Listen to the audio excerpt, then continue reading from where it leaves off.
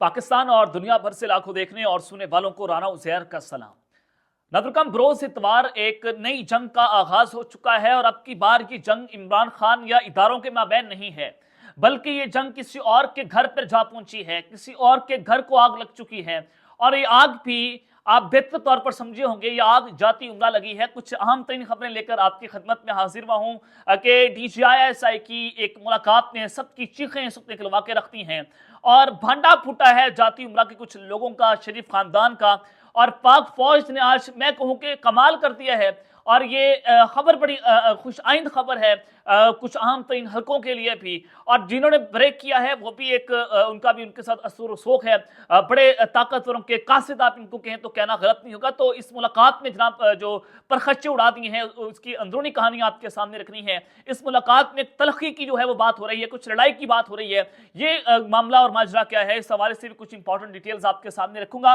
और फिर नवाज शरीफ साहब जो है उनकी चीखें निकलना शुरू हो गई हैं, सफ़े मातम बिछ चुका है, आखिर इसकी वजह क्या है, इस पर भी बात करनी है। लेकिन अगर आपने चैनल को सब्सक्राइब नहीं किया, चैनल में सब्सक्राइब कर लें, बेल आइकन को दबा दें। आने वाली तमाम तर अपडेट्स आपकी खिदमत में बर वक्त पेश होती रहें। नदर काम सबका फोकस है कि इमरान खान साहब को सजाए मौत हो जाएगी, फांसी हो जाएगी, PTI के खिलाफ कड़कदम तेज करना है, फलां को गिरफ्तार करना है, फलां को ज़्यादा मारना है, फलां को कम मारना है, फलां की बीवी के ऊपर सवाल उठाना है, फलां की बहन पर सवाल उठाना है। पाकिस्तान की अनफॉर्चुनेट की पॉलिटिक्स इंतहाई गंदी तरीन हो चुकी है कि जहां पर माओ बहनों पर सियासत हो रही है, बीवियों पर सियासत हो रही है और उसको कैश किया जा रहा है। अनफॉर्चुनेट यहां तक जो है वो उसकी सूरत हाल पहुंची है। तो इस्लामाबाद की जो सूरत हाल है, वहां की सिक्योरिटी की जो सूरत हाल है कि आम शहरी तो क्या बल्कि पुलिस एहलकारों को भी दिन दिहाड़े कत्ल किया जाने लगा है। एक स्ट्रीट क्राइम के चक्कर में डाकू वहां से गुजरा और पुलिस वाले को पता चला कि डाकू जा रहा है, उसने उसका पीछा किया और डाकू ने पुलिस एहलकार और उसके बेटे को मौके पर जो है वो दिन दिहाड़े मारकर वो फरार हो गया और अभी तक जो है वो उस डाकू का पता नहीं चल सका कि वो कहां पर है। तो ये चीजें जनाब इस वक्त बड़ी इंपॉर्टेंट होती चली जा रही थी। एक तो दिन दिहाड़े चोरी डकैतियां, स्ट्रीट क्राइम इस्लामाबाद के अंदर बढ़ते चले जा रहे हैं, पाकिस्तान का कैपिटल, और फिर पुलिस एहलकार को गोली लगना, इसने पाकिस्तान की सिक्योरिटी के ऊपर जो सवालिया निशान खड़े करके रखती है। और फिर परवेज इलाही साहब जो हैं आज उन्होंने एक बार फिर से साबित कर दिया है कि वो इमरान खान साहब के साथ डटकर खड़े हुए हैं। और शेख रशीद साहब के खिलाफ तो खान साहब ऑलरेडी हो गए हैं कि उन्होंने कहा कि शेख रशीद के दोनों हलकों के खिलाफ जो आपने पाकिस्तान तहरीक इंसाफ का जो वर्कर है उसको टिकट देना है और शेख रशीद को बाकायदा तौर पर पाकिस्तान तहरीक इंसाफ से अब निकाल दिया गया है। तो PTI के सदर परवेज इलाही साहब जो है उन्होंने इलेक्शन शेड्यूल जारी करने का सुप्रीम कोर्ट का फैसला खुशाइन करार दे दिया। उन्होंने कहा कि पाकिस्तान तहरीक इंसाफ फौरी और मुनसिफाना इंतखाबात चाहती है, पकड़ दकड़ बंद की जाए और हमारे उम्मीदवारों को लेवल प्लेइंग फील्ड दी जाए। चौधरी परवेज इलाही साहब ने कौमी और सूबाई असम्बलियों की मुख्तलिफ हलकों से इलेक्शन लड़ने के लिए कानूनी हिकमत अमली भी जनाब तैयार कर ली है और उनकी मुलाकात अडयाला जेल में उनके वकील सरदार अब्दुल रज़ाक खान एडवोकेट से हुई और मुलाकात में चौधरी शमशाद मली एडवोकेट भी मौजूद थे। और इस मुलाकात में चौधरी परवेज इलाही साहब और उनके वकील ने गुज़िश्ता रोज सुप्रीम कोर्ट के हुक्म पर इलेक्शन कमीशन की जानिब से इंतखाबी शेड्यूल जारी होने, कानूनी अमूर और आइंदा इलेक्शन की हिकमत अमली पर मुशावरत की है। ये जनाब ये मुलाकात की अंदरूनी कहानी मैंने आपके सामने रखी है। और फिर दूसरी जानिब पाकिस्तान तहरीक इंसाफ और इमरान खान साहब जो हैं उन्होंने इलेक्शन लड़ने की हिकमत अमली अपनी तैयार कर ली है। इमरान खान साहब ने अडयाला जेल से कुछ अहम तीन लोगों को कुछ अहम पैगाम पहुंचाए हैं। एक तो लाहौर से लतीफ खोसा साहब जो है वो नवाज शरीफ के मुकाबले में इलेक्शन लड़ सकते हैं। इमरान खान साहब ने एक खातून वकील हैं रबिया बाजवा जो बड़ी तकारीर करती हैं, बहुत ओपनली जो है वो बोलती हैं, तो उनको भी इमरान खान साहब ने मैदान में उतारने का फैसला कर लिया। उनको पैगाम पहुंचाया गया कि आप पाकिस्तान तहरीक इंसाफ को टिकट से इलेक्शन लड़ें और अभी तक उन्होंने इस बात का जवाब तो नहीं दिया। लेकिन रबिया बाजवा साहिबा जो हैं वो पाकिस्तान तहरीक इंसाफ के टिकट से लाहौर से इलेक्शन जो है वो लड़ सकती हैं। और फिर दूसरी जानिब चौधरी जो निहाल जावेद हाशमी साहब पाकिस्तान मुस्लिम की नमाज के रुकन थे पहले और फिर बागी इनको कहा जाता रहा, तो वो आजकल खुलकर इमरान खान साहब को डिफेंड कर रहे हैं, उनके हक में बोल रहे हैं। उन्होंने कहा कि हकीकी आज़ादी का मसला है, तो पाकिस्तान तहरीक इंसाफ ने उनको भी जनाब ऑफर कर दी है। और जाहिद बिहार हाशमी उनके भतीजे हैं, उनको पीपल्स पार्टी PP 220 से तहरीक इंसाफ की टिकट पर इलेक्शन लड़ने का पाकिस्तान तहरीक इंसाफ ने ऑफर दे दी है। और जो जराए हम इस बात की कंफर्मेशन कर रहे हैं, पाकिस्तान तहरीक इंसाफ का सीनियर सियासतदान जावेद हाशमी उनके भतीजे बिहार हाशमी से राब्ता किया गया है। 2 टिकटें जो है वापस खानदान को भी देने का फैसला हो चुका है। पाकिस्तान तहरीक इंसाफ के वकील सलमान अकबर राजा साहब ने एक बहुत बड़ा इंकशाफ किया। उन्होंने कहा कि जमीनी सूरत हाल इतनी तशवीशनाक है कि एक पार्टी को फ्री हैंड दिया गया और ज्यादा मौका किसी और को दिया जा रहा है। दूसरी पार्टी के लोगों के शनाख्ती कार्ड P ब्लॉक किए जा रहे हैं ताकि वो इलेक्शन लड़ सकें। हमाद अजहर, मुराद सईद, अली अमीन गंडापुर, मियां असलम इकबाल, मुसरत जमशेद चीमा और दीगर लोगों के इस वक्त शनाख्ती कार्ड ब्लॉक करने की सिफारिश करती गई है ताकि वो पाकिस्तान की शहरियत उनकी मनसूख हो जाए और वो इलेक्शन लड़ने के काबिल ना रहें और कानूनी महाज के ऊपर भी उनको शिकस्त का सामना करना पड़े। तो पोस्टर तक लगाने की इजाजत नहीं दी जा रही और दहशत फैलाई जा रही है। ये पाकिस्तान तहरीक इंसाफ के लोगों का शिकवा है जो मैंने आपके सामने रख दिया है। लेकिन जनाब इस सब के अंदर आपको बताना चाहता हूं कि नवाज शरीफ साहब जो है उनकी चीखें इस वक्त निकली हुई हैं, चीखें आसमान पर पहुंच चुकी हैं क्योंकि उनको पैगाम पहुंचाया गया है कि आपने काफ लीग और इस्तेकामी पाकिस्तान पार्टी को पंजाब में हर सूरत साथ लेकर चलना है।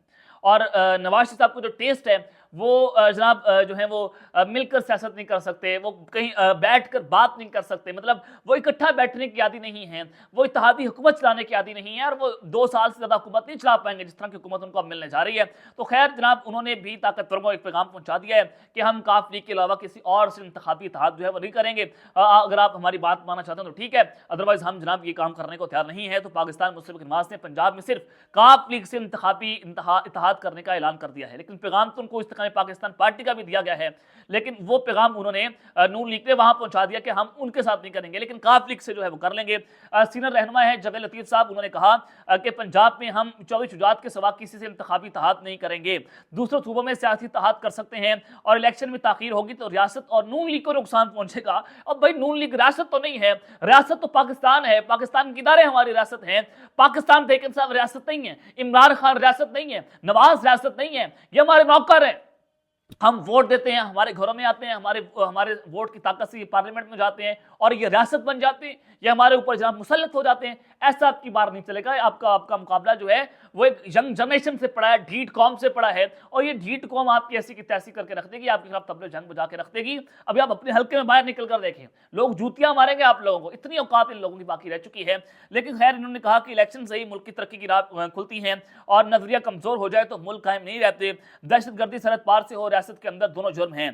तो ये चीजें उन्होंने वहां पर पैगाम पहुंचा दिया कि हम इस्तेकामी पाकिस्तान पार्टी से जनाब इत्तेहाद नहीं कर सकते। और फिर दूसरी जाने पाकिस्तान मुस्लिम लीग नवाज के रहनुमा हैं इरफान सदीकी साहब, उन्होंने कहा कि नवाज शरीफ ने हमेशा इदारों के साथ टकराव से ग्रेस किया है, नवाज शरीफ ने माजी में डील की होती तो जिला वतन ना होते और इख्तिदार में रहते। बानी पीटी आज जिस सूरत-ए-हाल से 2-4 हैं वो खुद उन्होंने पैदा की है और इमरान खान के खिलाफ हमने कुछ नहीं किया, ये उन्होंने हाथ अपने खड़े कर दिए कि जनाब हमने कुछ नहीं किया। और इरफान सदीकी ने कहा कि जनरल बाजवा जो है उनको तोसी इमरान खान ने दी थी और जनरल राहील शरीफ नहीं चाहते थे कि वो परवेज मुशर्रफ का ट्रायल हो और मुशर्रफ का जब ट्रायल शुरू हुआ तो राहील शरीफ नवाज शरीफ से नाराज थे। और नून लीग के रहनुमा ने मजीद कहा कि जनरल राहील शरीफ जो है वो भी तोसी के लिए बेताब थे, उनकी तोसी की बात की और खुद नवाज शरीफ से उन्होंने की थी और एक शख्स के जरिए राहील शरीफ ने नवाज शरीफ को पैगाम पहुंचाया था कि जल्दी करें, वक्त बहुत कम है। राहील शरीफ ने यह भी कहा कि तोसी कर दें, पनामा जाने और मैं जानूं। नवाज शरीफ ने राहील शरीफ को पैगाम पहुंचाया कि तोसी नहीं मिलेगी, मैं पनामा भुगत लूंगा। इरफान सदीकी ने कहा कि वोट को इज्जतों का पहला नारा जो है वो मैंने ही मुतारिफ करवाया था, यानी कि चलें आज इनके जो मौजूद हैं वो भी सामने आ गए हैं। वोट को इज्जत देना हमारा आईनी तकाजा है, लेकिन अनफॉर्चुनेट आप वोट को इज्जत नहीं दे रहे, आपने तो जो पॉलिश है अपने मुंह पर मल ली है और आप वो काम कर रहे हैं। नून लीग का वोट को इज्जतों का बयानिया आज भी मौजूद है।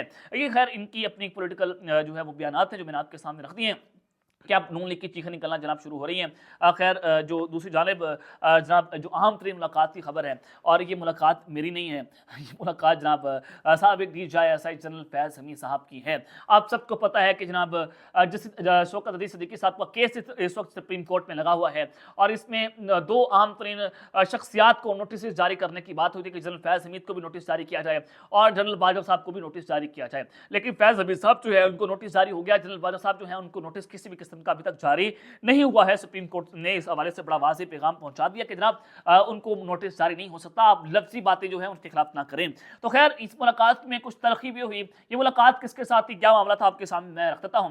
अंसार अब्बासी साहब जो है उन्होंने इस खबर को रिपोर्ट किया है और जब आप समझे कि अंसार अब्बासी साहब बात कर रहे हैं तो इट मीन्स के ताकतवरों के कासिद अपना पैगाम पहुंचा रहे हैं। ये पैगाम पहुंच गया शौकत अली सिद्दीकी साहब को और इनको जो है वो सपोर्ट कौन करने वाले हैं, इनको सपोर्ट करने वाले पाकिस्तान मुस्लिम लीग नवाज का बेल्ट है। तो जनाब जनरल फैज़ हमीद साहब के एक सोर्स से अंसार अब्बासी साहब कहते हैं कि बात हुई, यानी कि जनरल फैज हमीद साहब से इनडायरेक्ट उनकी बात हुई और उन्होंने कहा कि जो शौकत अजीज सिद्दीकी साहब बात कर रहे हैं कि जनरल फैज हमीद मुझे मिलने आए और मैंने कहा कि 2 साल की मेहनत ज़ाया हो रही है, यानी कि मरियम नवाज और नवाज शरीफ के हवाले से बात हो रही थी कि इनको नहल करना, इनके हवाले से फैसला देना है, तो वो हमारी मेहनत ज़ाया हो रही है। जनरल फैज हमीद साहब ने ये बात की बकौल जस्टिस शौकत अजीज सिद्दीकी साहब की। तो जनरल फैज हमीद साहब ने इस बात की तरदीद कर दी है, वो मानने को तैयार नहीं है कि जनाब मैंने ऐसी कोई बात नहीं की, लेकिन वो मुलाकात करने से भी इनकारी नहीं है। उन्होंने कहा कि जी हाँ मेरी मुलाकात हुई है। अब आपने समझना है कि मुलाकात बेसिकली हुई क्यों है, इसकी आखिर वजह क्या थी।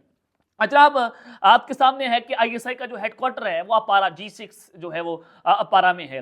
तो अब वहां पर शौकत अली सिद्दीकी साहब ने एक ऑर्डर जो है वो पास कर दिया था। वो ऑर्डर ये था चूंकि आईएसआई दायर पाकिस्तान की एजेंसी है, सिक्योरिटी एजेंसी है, खुफिया एजेंसी है, इंटेलिजेंस एजेंसी है, तो आप उसके दफ्तर के सामने से गुजर नहीं सकते थे, उसको दोनों तरफ से बंद कर दिया था और आने और जाने वाली ट्रैफिक जो है वो जनाब मुड़ कर जाती थी और दूसरी तरफ अगर उन्हें जाना होता था। तो उसके हवाले से जस्टिस शौकत अली सिद्दीकी साहब ने जनाब एक ऑर्डर पास किया कि आप इस रास्ते को खोल दें और इस रास्ते को खोलना पड़ेगा। तो उस वक्त के बाद जो उस वक्त के डीजीआईएसआई थे वो जनरल नवीद मुख्तार थे और डीजीसीआईएसआई जनरल फैज हमीद साहब थे। तो डीजीआईएसआई साहब ने ब्रिगेडियर रामे को भेजा उनके पास, जस्टिस शौकत अली सिद्दीकी साहब के पास, और कहा कि जनाब आप ये फैसला वापस ले लें, सिक्योरिटी थ्रेट्स हैं, दहशतगर्दी का खतरा है, ये खुफिया एजेंसी का दफ्तर है, कोई पेट्रोल एजेंसी का दफ्तर नहीं है और हमें यहाँ पर बहुत सी चीज़ों को देखना होता है। तो ये पैगाम उनको पहुंचाया गया और उस मुलाकात में ब्रिगेडियर साहब की और शौकत अली सिद्दीकी साहब जो है उनकी तरकलामी भी हुई और जस्टिस शौकत अली सिद्दीकी साहब ने वो बात मानने से इनकार कर दिया और कहा कि जनाब ऐसा नहीं हो सकता। और फिर डीजीआईएसआई के हुक्म पर जनरल फैज हमीद साहब दोबारा उनके वहां पर गए, ब्रिगेडियर साहब के साथ गए शौकत अली सिद्दीकी साहब के पास और उन्होंने सड़क खुलवाने के हवाले से जो है वो मिले कि आप ये काम जो है ना करें, यहाँ पर सिक्योरिटी थ्रेट्स जो है मौजूद हैं। लेकिन उन्होंने कहा कि मैंने 2 साल वाली कोई बात नहीं की जो मरियम नवाज या नवाज शरीफ के हवाले से हो। तो ये उन्होंने जनाब उसकी तरदीद कर दी है। अब उनको नोटिस जारी है, फरीक बुला लिया गया है। क्या जनरल फैज हमीद साहब सुप्रीम कोर्ट में पेश होकर ये बयान दे देंगे? अगर ये बयान देते हैं तो नई पटारी खुल जाएगी और शौकत अजीज सिद्दीकी को नए जो है वो चैलेंजेस का भी सामना करना पड़ सकता है।